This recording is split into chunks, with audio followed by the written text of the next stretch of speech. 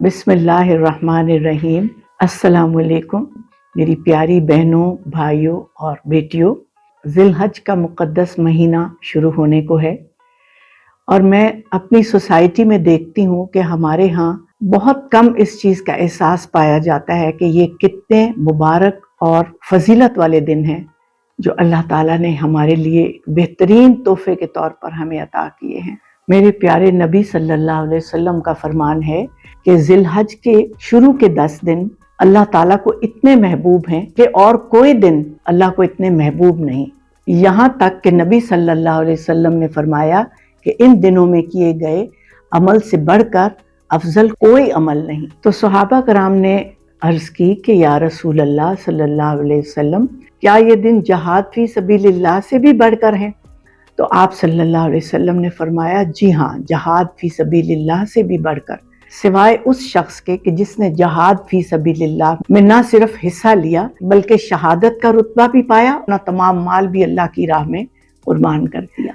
मेरी प्यारी बहनों, सूरत फजर में भी कुरान पाक में अल्लाह ताला ने इन 10 दिनों और रातों की कसम खाई है। इसीलिए मेरी प्यारी बहनों, आज मैं आपको ऐसे कुछ चंद इबादत बताऊंगी जिससे हम अल्लाह ताला के नज़दीक बहुत पसंदीदा लोगों में शामिल हो जाएंगे इंशाअल्लाह ताला।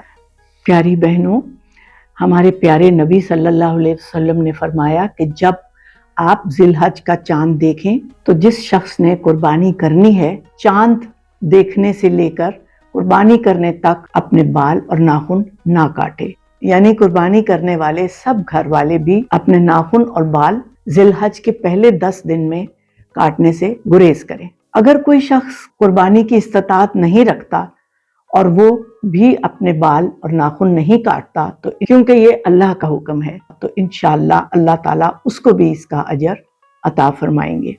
इसके अलावा हर रोज कम से कम एक तस्बीह सुबहान अल्लाहि व बिहम्दिही की पढ़ें। इसका सवाब इस कदर ज्यादा है कि अगर इंसान के गुनाह समंदर के झाग के बराबर भी हों तो अल्लाह ताला अपनी रहमत से वो माफ़ फरमा देते हैं। मेरी प्यारी बहनों, हर रोज़ इसकी एक तस्बीह लाजमी पढ़िएगा। नंबर 3, ला इलाहा इल्लल्लाह की तस्बीह भी हर रोज़ ज़रूर पढ़ें, बेहद सवाब है इसका। इसके अलावा सुबहान अल्लाह, अल्हम्दुलिल्लाह और अल्लाहु अकबर की तस्बीह अलग अलग हर रोज़ ज़रूर पढ़ें। जैसे कि ये तस्बीहात हम हर नमाज के बाद भी पढ़ते हैं और इन दिनों में ये पढ़ने का आप यकीन करें बेहिसाब सवाब है।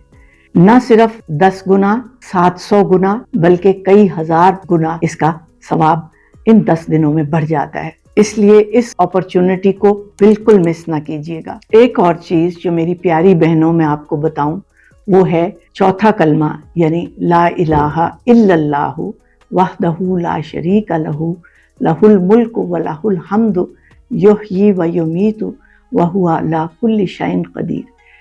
ये कलमात अल्लाह ताला के नज़दीक इतने पसंदीदा हैं, इसका सवाब कई गुलाम आज़ाद कराने, कई हजार नेकियों के बराबर, कई हजार गुनाह मिटाने के बराबर और कई हजार गुना दर्जात बुलंद होने का है। सुभान अल्लाह। इसके अलावा एक बहुत ही खूबसूरत तस्बीह अल्लाहु अकबर कबीरा वल्हम्दुलिल्लाहि कसीरा व सुब्हानल्लाहि बुकरतन व आसीला। ये तस्बीह आसमान के दरवाजे खोलने वाली है।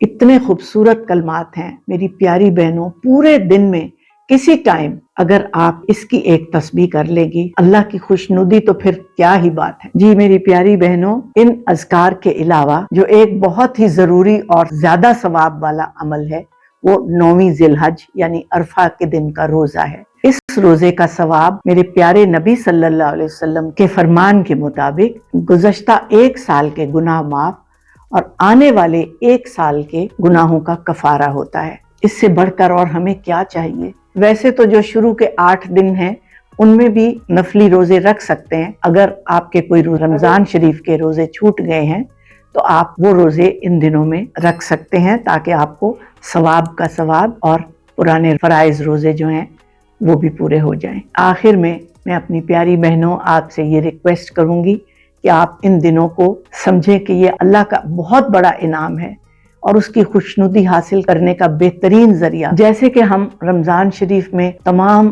دنیاوی چیزوں کو چھوڑ کر اللہ کی عبادت میں مشغول ہو جاتے ہیں، اسی طرح یہ 10 دن بھی انتہائی اہم اور اللہ کے محبوب دنوں میں سے ہیں. اس لیے میری پیاری بہنوں، آپ ان 10 دنوں میں ان عبادات کے ساتھ ساتھ صدقات، خیرات اور حقوق العباد کا بھی بہت خیال رکھیے گا. انشاءاللہ تعالی آپ اگر یہ اعمال پر عمل کریں گے تو اللہ تعالیٰ آپ سے بہت راضی ہو جائے گا، اور قیامت کے دن آپ کا نیکیوں کا پلڑا انشاءاللہ بہت بھاری ہوگا.